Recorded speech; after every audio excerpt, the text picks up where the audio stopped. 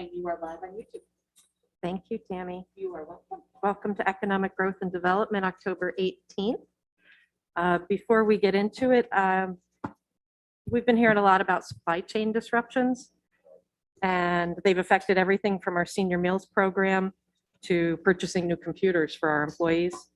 As we head into the holiday buying season, a lot of people are expressing concerns about their ability to purchase gifts. I just want to take a moment to repeat words that a very smart friend recently told me. The products of local artists are not sitting in a container ship outside of the port. From the shirt factory in Glens Falls to the Made in Hague gallery, you can find beautiful, beautiful gifts to give. Buying from people you know keeps money circulating locally. Studies show that local retailers return 52% of their revenue back into the local economy. Purchasing experiences such as restaurant gift certificates or even a half a day at the Hyde benefit the local economy, but it also spreads something that's in short order lately: happiness. A recent study conducted at Cornell University shows that shared experiences with friends and family have a deeper psychological link to long-term intrinsic happiness than buying a product does. Our economy depends on these local entrepreneurs, not-for-profits and institutions. Support them and all our communities will benefit. Thanks for letting me be on a soapbox for a minute. Planning has a big agenda, so we're going to let Jim Siplon from EDC go first tonight. Welcome, Jim.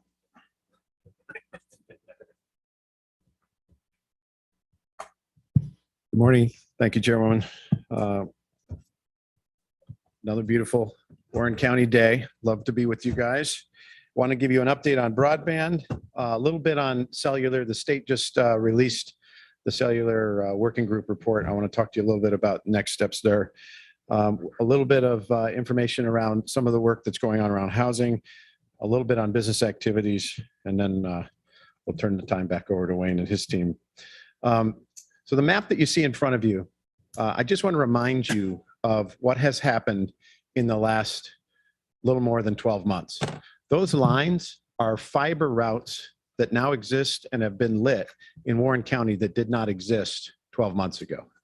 To be clear, that's 1,700 addresses in Warren County, some of which are businesses, some of which are residences, some of which are public facilities.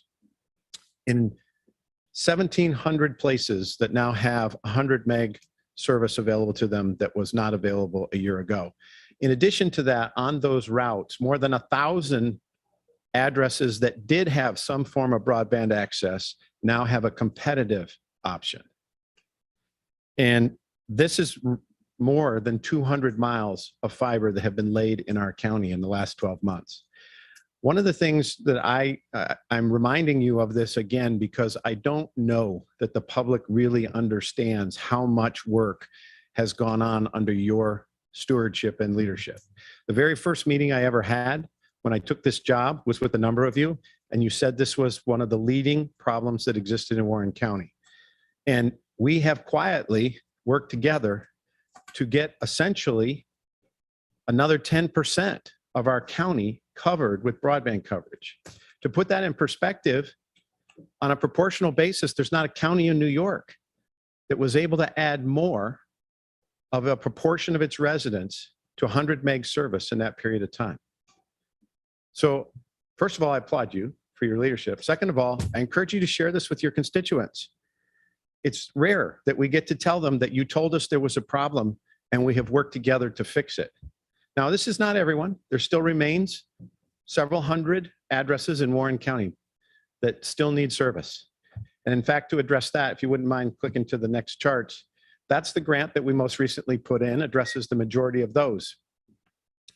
That map, by the way, is Sarah's. So most of this work comes from Sarah. It'll look something like this when we're able to get it up. There we go. But this map is going to show you that there are a handful of areas in Warren County that we are addressing. Do you mind toggling to the other one? It's a little easier to see, maybe for everybody. There's two of them there. But we did this in conjunction with 6 other counties. And you'll see that the other counties proportionately have greater amounts of surface area that are addressed in this because they have greater need.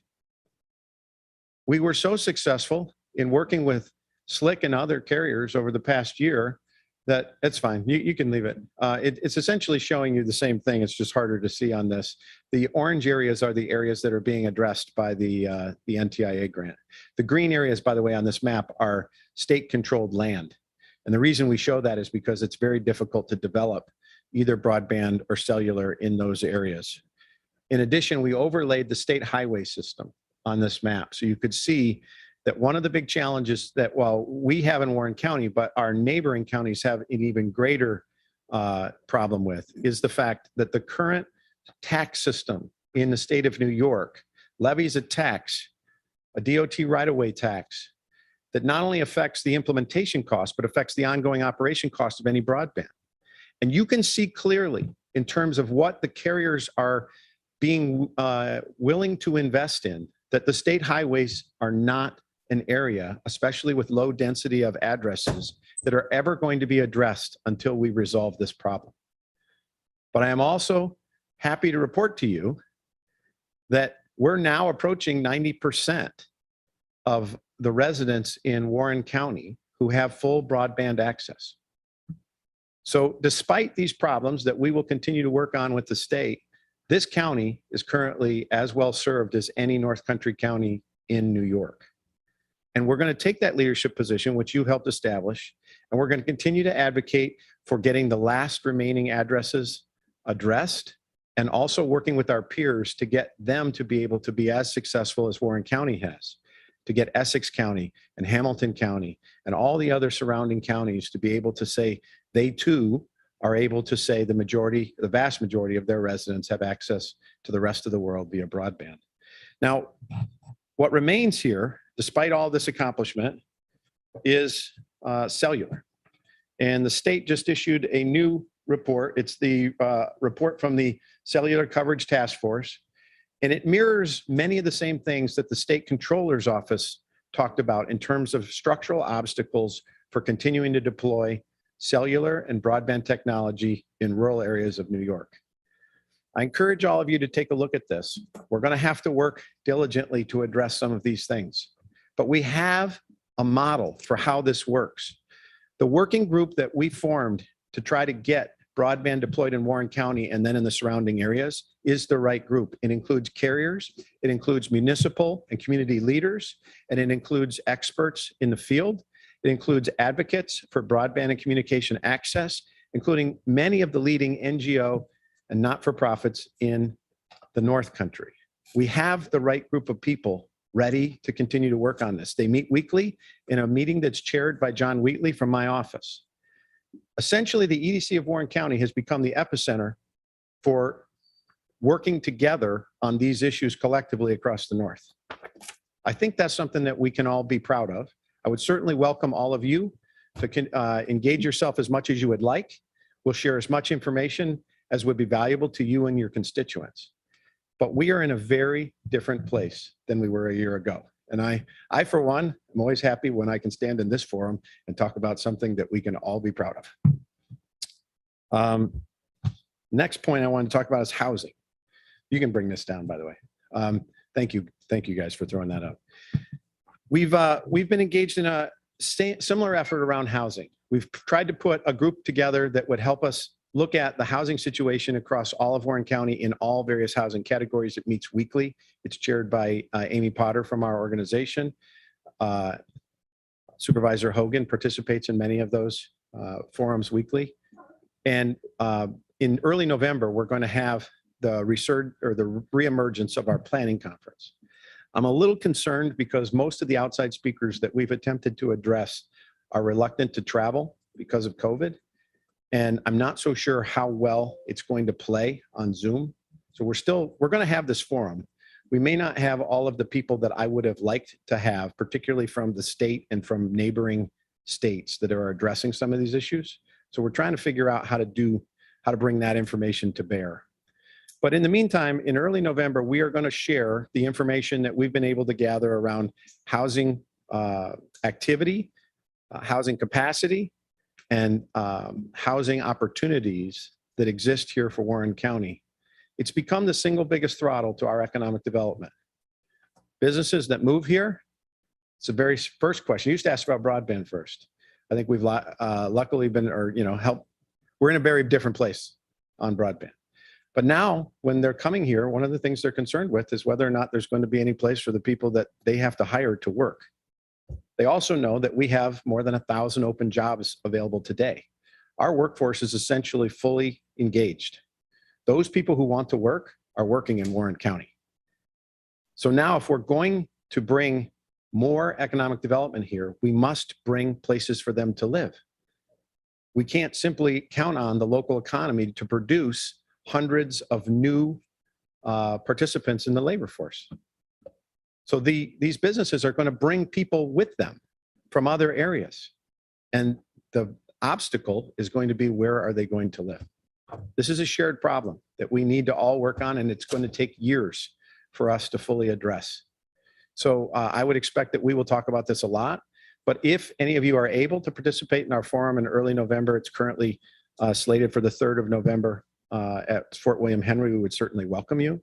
If there are members of your planning boards or any of your community organizations that work around zoning, planning, and development, they too are welcome. And we're reaching out to as many of those people as we already know of to make sure that, number one, they know what's going on. And even if they're not able to participate, they're able to take a look at the materials and engage in the process. All right, from a business update standpoint,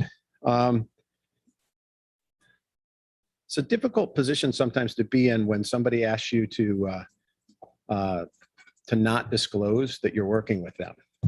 So we've had a number of businesses that we've been working with for months on potential development who wanted to kind of keep the ideas that they were exploring coming here under wraps. And then like you, I sometimes wake up and read the paper and go, wow, I didn't know they were going to do that. I didn't know they were going to say that.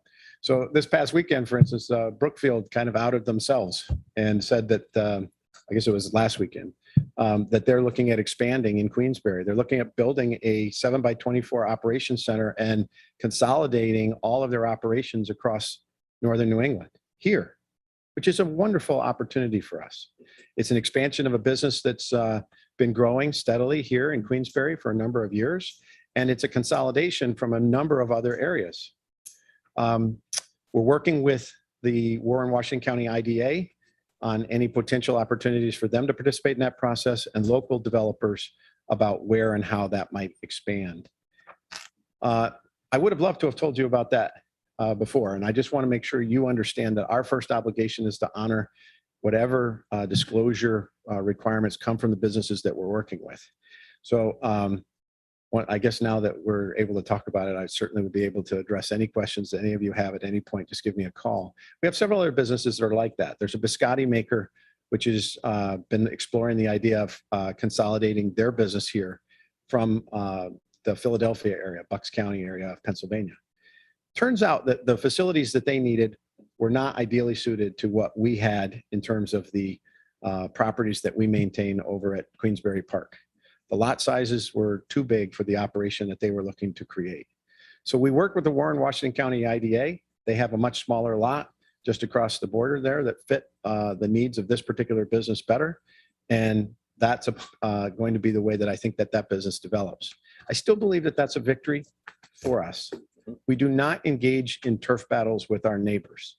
It's got to be one of the hallmarks, if we're going to make this work, is to figure out where is that business best suited and how do we make that happen so that it comes here, regardless of whether it's 50 feet across the line in Washington County or 100 feet across the line in Essex County. We're going to support that business if they come to us, find the right place for them to be. But I'm really encouraged. It looks like that process is making its way through the Warren Washington County IDA process now, and I'm expecting that later this year they will break ground on a new facility. Both of those are encouraging signs. Both of those are going to require housing. We don't know necessarily where these 50 people that want to come for Brookfield are necessarily going to live. So a challenge that we've got to step up to together. couple of other quick points. Today, the Lake George, Lake Champlain Planning Board will submit a Build Back Better grant that we are a full participant in, along with many other North Country counties and organizations. The target is $75 million, and it is called the Adirondack Advanced Wood Innovation Grant. That grant is designed to revitalize the timber and paper industries that we fully participate in, along with our neighboring counties. It is a heritage business that has existed in the park and existed before the park was even formed. It's one of the few things that goes on in the park where we're talking about growing an existing business as opposed to being able to expand into an area that is not represented in the park. So it's a true opportunity for us to figure out how to help modernize the planting, growing, harvesting of timber, the transport of that timber to facilities that turn it into paper products, and then the expansion through research and development into the applications of paper. We're looking at very exciting, innovative uses of paper. For instance, we've addressed potentially exploring the idea of using it as a component in medical devices, as an alternative to plastic.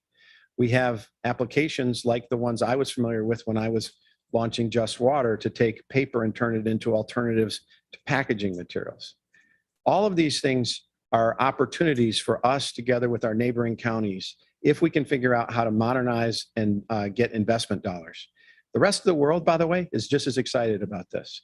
Included beyond the Park Authority and ANCA and a number of other park-related organizations are educational institutions, leading educational institutions nationwide. MIT is a signatory to this grant. UCLA is a signatory to this grant. Clarkson University is a signatory to this grant. And that's just the beginning. I think once we're able to explore these ideas further, if we are successful at securing this grant phase 1, which is what we're applying for now, and we have 6 months to fully develop what is known as the full grant proposal in phase 2, we could potentially have a number of other leading national players. Now, there are probably thousands of Build Back Better grants that are being submitted today to the federal government. There's 50 of them that are going to be awarded across the country. The odds are good that we are not going to win this. But I'm very proud of the fact that the model that we've been able to create at working with our neighbors is now producing products that we didn't even imagine a year ago. When we set out to start working on broadband together, and then we set down the path to try to address things like professional relocation and housing, I had no idea that this consortium of counties would come together and say, let's lock arms and try to get $75 million to advance an industry that would serve us all. Even if we don't win, we won. Because we're now working with our neighbors on big picture stuff. It's not a fight. It's not a turf battle. It's an opportunity for us to expand our mass. The North Country, the area of the park is bigger than many Northeast states. From a population standpoint, the only way we get people's attention is by grouping together, talking about the things we need collectively. And we're doing it. So this is a really positive sign, borne by much of your leadership. Supervisor Hogan has got a foot in each camp. She serves in the Park Authority as well as here. That's been really critical. All of your relationships have been things that we have leveraged. The inter-county work that Supervisor or Chairwoman Sieber and others are deeply involved with has been a fundamental part of all of this. But it's all really good signs, and it doesn't get a lot of attention. I want to share it with you today because I think it deserves some attention. Not because of us. The EDC is simply, we are there as a facilitator of this process. But it is progress for our residents. It is opportunity for us to grow in the ways that are aligned with our heritage and our geography. And it's essentially the antidote to the environment that exists nationwide today, where oftentimes it's about what we are not about. Up here in the North Country, we're about some really cool stuff. Really good stuff is happening. And I'm just trying to bring as much attention to it as we can. Couple of other points quickly, and then I'll turn the time back over to Wayne. It's taken us a year to get our contracts in order, but Ryan, in particular, I wanted you to know, I think we're finally at that spot. Our board is going to review what remaining contracts we have with the county and finally, hopefully get those approved this month. The ED event that we had in September was wonderfully successful. We organized a fund to create internship opportunities for small organizations which might not be able to do it, regardless of whether they're private businesses or not-for-profit organizations. And our goal was to fund maybe 2 to 3 internships in the initial year. But the outpouring of support was significant, and we raised more than $10,000 in the initial event. There's a series of additional events that are being planned. The board for that organization is being formed, and I think it's very likely that we'll be able to fund even more opportunities for young people, disabled in our community, returning and in-place veterans, a whole series of potential opportunities for people to be able to interface with the working world and explore skill areas that allow them to develop and the organizations to also grow, all because of the goodwill of this community. And I was so heartened to see, I saw a number of you there. I remember Chairwoman Sieber was there, others were there. And to me, it's one of the important things. We're now a year into the loss of Ed, but his legacy continues. There's so much support in this community for continuing to do the work that he was always engaged in. And we hope that we continue to do that and represent that proudly. I think that's everything that I had on my agenda. If there are any questions, I'll take them. Otherwise, I'll give you back to Wayne. Thank you, Jim. Does anybody have any questions for Jim? I sent you all the cellular task force report in your email while we were sitting here. Great news on the Ed. Congratulations. I know you guys put a lot into that. And thanks for being here today. Of course. Before we go to planning, has everybody had an opportunity to review the minutes from the last meeting? Does anybody have any questions, changes? Can I get a motion to accept? I'll make a motion. Supervisor Wild and Supervisor Frazier on the second. All in favor? Aye. Opposed? Carried. Thank you. All right, Wayne, you're up.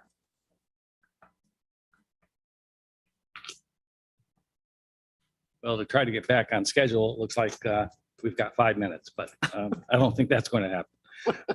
A couple things I'd like to say before we get into the agenda items. I am going to be out of the office next week, this Friday and next week. So if you need anything from the office, contact Sarah. And if she needs to, she knows how to get a hold of me, but I will be recuperating next week. So, not on the agenda is on the 1st of November, just to let you know that there'll be a notice in the paper that the county is seeking the release of funds for Countryside Adult Home. This is the normal process. We have to go through the NEPA evaluation. We've done that, signed off by the grantor agency, so now we're just doing the public comment period. So as far as the agenda item goes, there's 3 items for consideration this morning. I'm going to cover the first one. Sarah's going to do the next 2. So the first item is a transfer from full-time salary to part-time salary. In the department, we had a gentleman leave the office during grant time. So we used Pat to cover those hours. Pat's covered under the part-time salary, the 130 code instead of the 110 code. So I need to move money from the full-time to part-time. I'll make a motion. Thank you, Supervisor Garrity. Thank you, Supervisor Stroud. Any questions, discussion? All in favor? Aye. Opposed? Carried. Again, everybody has their agenda that was provided last week. So if I may, Okay, so.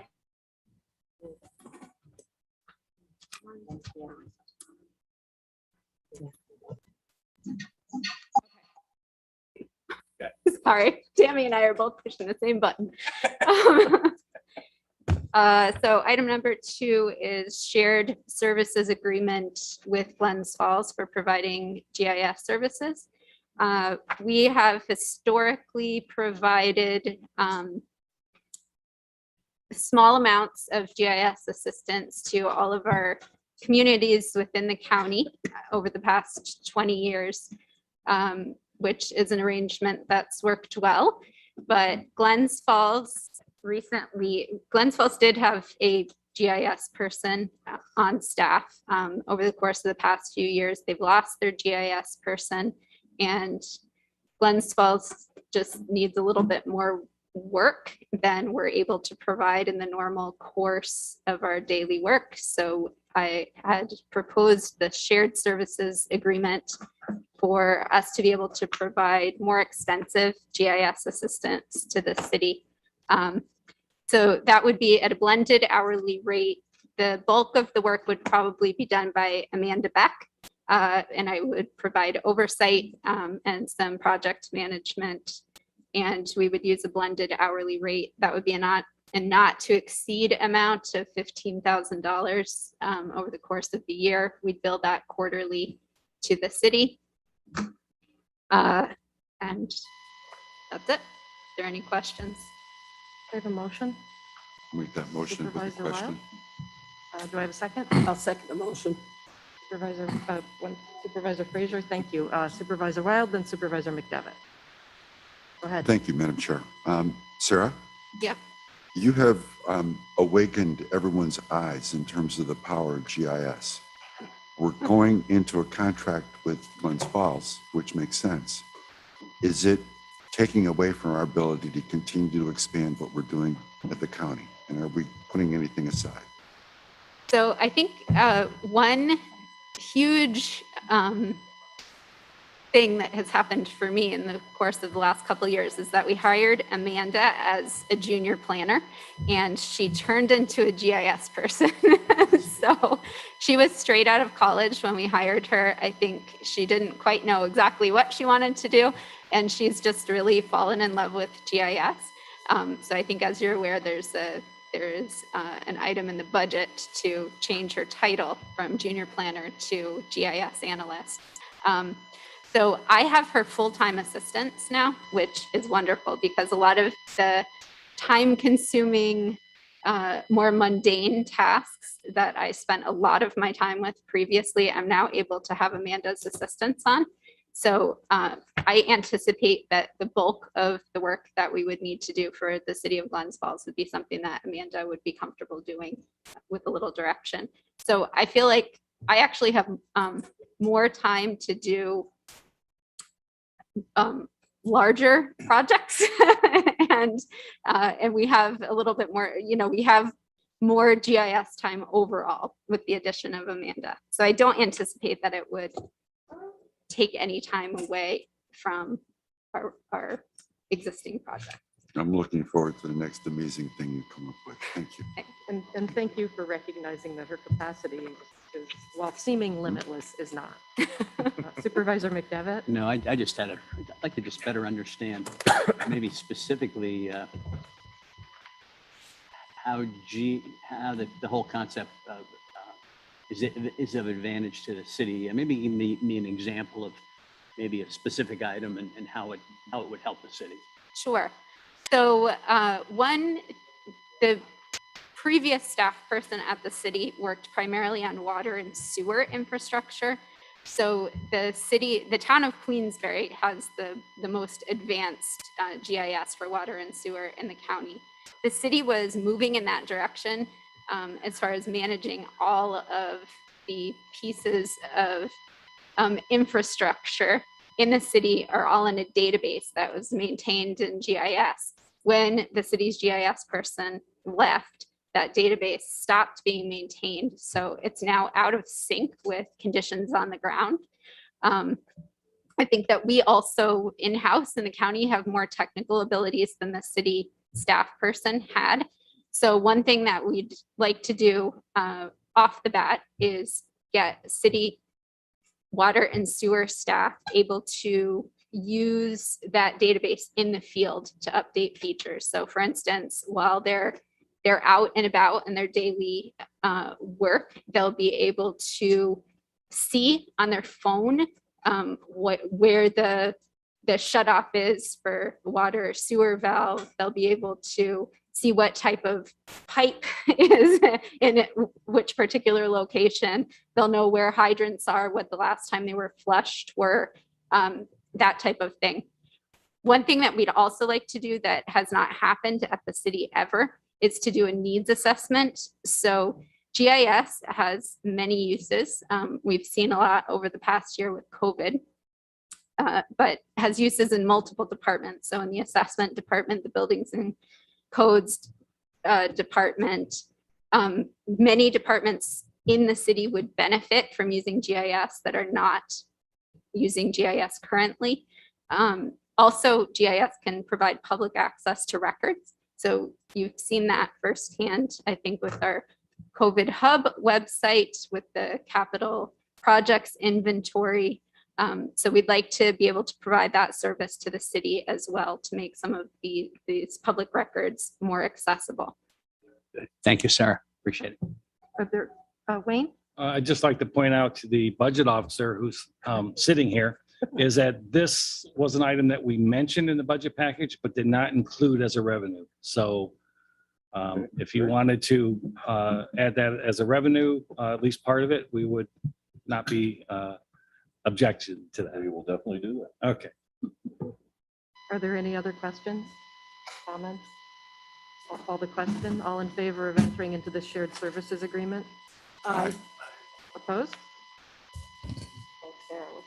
Okay, so next we have a very exciting project, which I've been looking forward to talking about for a long time. I'm going to share my screen. You all, I believe, have a copy of Adirondack magazine in front of you, the September-October issue. If anybody doesn't have one, let me know. I have an extra. Thank you, sir. So we have sitting with us at the meeting here, Dan Forbush, who's the author of the 6-page Rediscovering the First Wilderness article, which is the centerpiece of this magazine. Dan reached out to our department earlier this spring, indicating that he was planning to write an article, I believe, about hiking in Wilcox Lake Wild Forest while doing some preliminary field work for that article. He came across one of our first wilderness kiosks at Dean Farm, and he became very interested in the idea of the first wilderness. So we collaborated on this article, which was laid out by staff at Adirondack Magazine. I think they did a fabulous job. Dan did a wonderful job writing it. From there, Dan and I began talking regularly, and Dan's interest in the history of the first wilderness continued to grow. And he started having all sorts of ideas for cool things that we could do to get the word out about our amazing area. So Dan and his partner, Bill, run a small media firm in Saratoga called Smarticus. It is a collaborative agency that works with students on developing media content for community-oriented projects. I'll let Dan say that better when he speaks. But he and his partner, Bill, thought that spending a semester, potentially year, working with students on spreading the word about the first wilderness would fit well with their mission. And we started to engage several other local people, in particular the Schaefer family in Johnsburg, and realized that we really have an amazing history, amazing story here in the first wilderness that we're not taking advantage of telling and letting people know about.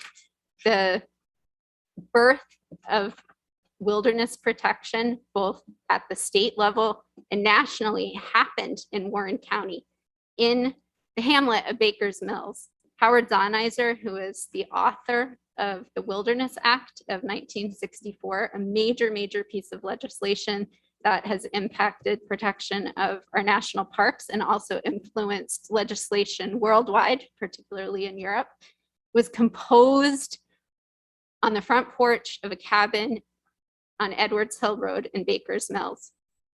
So we've begun this collaborative project with Dan and Bill. He's reached out to Kelly Adirondack Center at Union College. They've expressed interest in collaborating with us. We've connected with the Warren County Historical Society, who is also interested in collaborating. Our plan is to develop a series of features and trip reports that will highlight the history of the first wilderness and visit places along the way. So as part of this project, I've also totally redesigned a new First Wilderness website to incorporate this new content. This will go live tomorrow. And so here's the new First Wilderness website, and it will be integrated with the Stories from Open Space. Here's the Stories from Open Space concept or website. So at this point, I'm going to turn it over to Dan because he can talk about this much more eloquently than I can. Thank you, Sarah. That was very nicely introduced. Good to see you all. I think I would just add to this, Sarah's done a nice job of explaining what we're doing here, is that there's an educational component to this. I used to be head of communications at Skidmore. I've worked with a lot of students, was very impressed by their talents. And so when I left in 2015, I started this enterprise, Smarticus, with the idea that we would be a creative agency driven by student content creators. And so over the last 6 years, I've been developing this particular approach that we use, which uses a number of media. We integrate Zoom.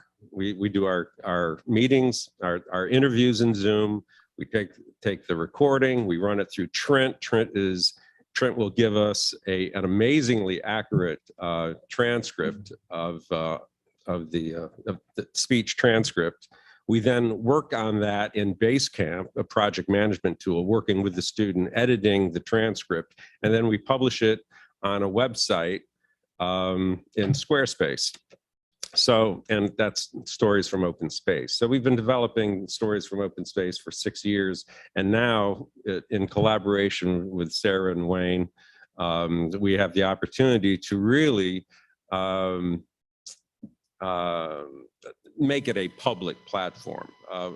Essentially, what we're doing is engaging students and creating content that will support the branding of Western Warren County as the first wilderness. We're developing the First Wilderness trilogy.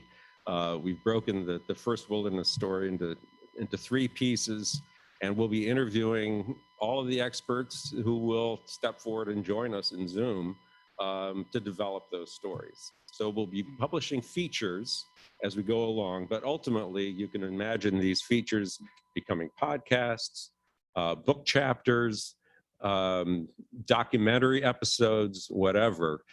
We're reaching out to SUNY Adirondack, to Skidmore, to Union, looking for students who want to join in this collaborative content creation. So they get paid an academic credit. The community gets a new form of public service journalism. That's the concept. Thank you. It's fun. We're having a great time with it. I got it. I will praise Sarah too. Sarah, she picked up on this and she's driving it, and it's really rewarding to be working with an agency of government that sees the potential in engaging students in this way. And I think we're going to get a lot done here. This is a really exciting project. Thanks for joining us today. Thank you. Does anybody have any questions for Dan while we've got him here? Madam Chair. Supervisor Wild and then Yeah. Supervisor Driscoll. Thank you, Supervisor Driscoll. Just on timing, what do you think it's going to take to get it completed? Oh, it will never be completed. Stories from Open Space, I see as a brand that we could develop into potentially a national podcast. I think our focus for the next year will be on the first wilderness, telling these 3 stories of the first wilderness. After 1 year, we could branch out to other parts of Warren County. We could elevate it and talk to experts nationally about great stories from open space, essentially the importance of conservation. I mean, that's really our main message here, just how important it is to preserve these open spaces. So Stories from Open Space is, I see that as a long-running brand that I hope will last forever. I hope that we can complete our trilogy of books optimistically in a year. It might take 2 years. I think along the way, we're going to be pitching the History Channel or PBS on a documentary. I'm not saying that our student documentary necessarily is going to be, aired on PBS, but we're going to be doing a lot of the groundwork that anyone who wants to come in and do a documentary will be able to draw on. We're going to have all of these words from all these experts, exactly what they say. We can take those words and we can produce a script for a documentary, at which point it just becomes a matter of sitting the people down, interviewing them, and then going out and getting the great location footage. So it's, our tagline is content evolves. I think that's what we're showing with this content engine. Content evolves. It just you can keep on developing it into new and new forms as long as you have that basic expert content. Supervisor Driscoll? Thank you, Chairwoman. I've spoken to the Chairwoman in past years about the fact that I was introduced to Paul Schaefer some 30-something years ago by my father-in-law, who he and his hunt party hunt out of the Beaver House on the top of Edward Hill Road. And I've read all of Mr. Schaefer's books, and there's thousands, if many thousands of stories that can be taken from throughout the Adirondack Park region. And I think it's a wonderful concept, and I would support everyone agreeing to this. The stories bring in not just interest from local people, but from guests to the region who take advantage of the natural resources. And certainly Mr. Schaefer, in my opinion, was the godfather of conservation in the Adirondack Park region. So Absolutely. Thank you. Thank you. Cabin country. I mean, I think it's a great name. That's that whole area over there by Crane Mountain. That's cabin country. And I think we need to tell the public about cabin country. And we'll be bringing a lot of experts to talk, and the Schaefers themselves will be great on this, talking about the impact that living in cabin country had on them. I think a lot of people will be interested in reading that, or joining the public meetings in Zoom that we'll host there. You'll have the opportunity to ask questions of Jim Schaefer, his nephew, or Evelyn Schaefer Green, his daughter. Well, it's history, very close. Our students will have the opportunity to talk to them as well. So it's very exciting. Thank you very much for your comment. Are there any other questions? Dan, again, thank you for taking the time to be here with us. And as a resident of one of those cabins on Crane, I'm super excited about this project. Crane, what an amazing mountain that is. That's great. I'm a little love it. biased, but It has been a great discovery. I'm a 46er. It's cruising up and down, the Northway, going up into the high peaks. And then I thought, well, you know what? I think I'll explore Warren County, the west side of Warren County, because I had done the Lake George peaks. It's an amazing area. And it's a great brand, First Wilderness. It's a wonderful story. And it's a privilege to be working with all of you and telling it. So thank you. Well, thank you. And with that, would anybody like to make a motion to enter into an agreement for this project? Supervisor Wild, do I have a second? I'll second that. Thank you, Supervisor Frazier. You guys are on it today. Is there any more discussion? All in favor? Aye. Aye. Opposed? Carried. Thank you.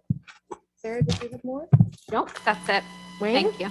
All right, Pat is on Zoom for a quick update on the housing task force that Jim had talked about. Pat has some additional stuff comments to add to that, so. Good morning. Good morning, Chairwoman Hogan. This is Patricia. I wanted to just add to Jim Siplon's comments and let others know that, of the committee know that we, the Planning Department, are participants with the Housing Working Group and join others who are trying to bring attention to the issue of housing for local residents as well as future residents and its impact on economic development.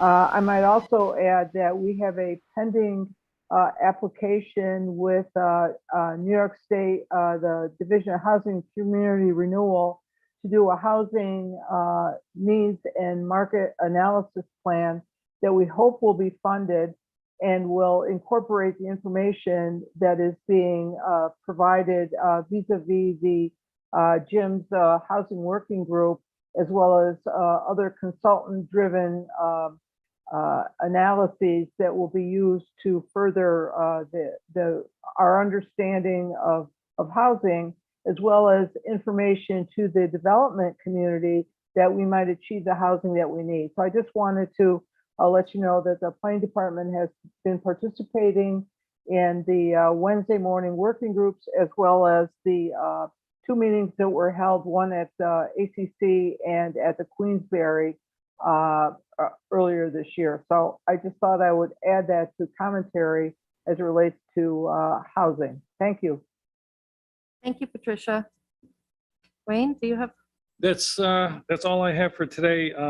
Pat did send me a text to remind me that years ago, when Supervisor Garrity was chair, we met with DOT about the creation of a First Wilderness Scenic Byway. And basically it was to incorporate the Dude Ranch Trail and expand upon it. That we went through the whole process with DOT, it was all approved, and it did not have legislative support at the time. In the office, we've had discussions about reinitiating that process. And so we'll keep you apprised of that. We are going to touch base with DOT and some others to see the background information that mostly Sarah did way back when. Will we need to update it, or can we kind of refresh that product and process? So I just want to let you know that we've had those discussions in-house, and we'll do a little fact finding on it, and we may be back before the committee asking for board support to push that forward. So that's all I have for today. Great, thank you. Thanks, as always. Wow. Is there any public comment?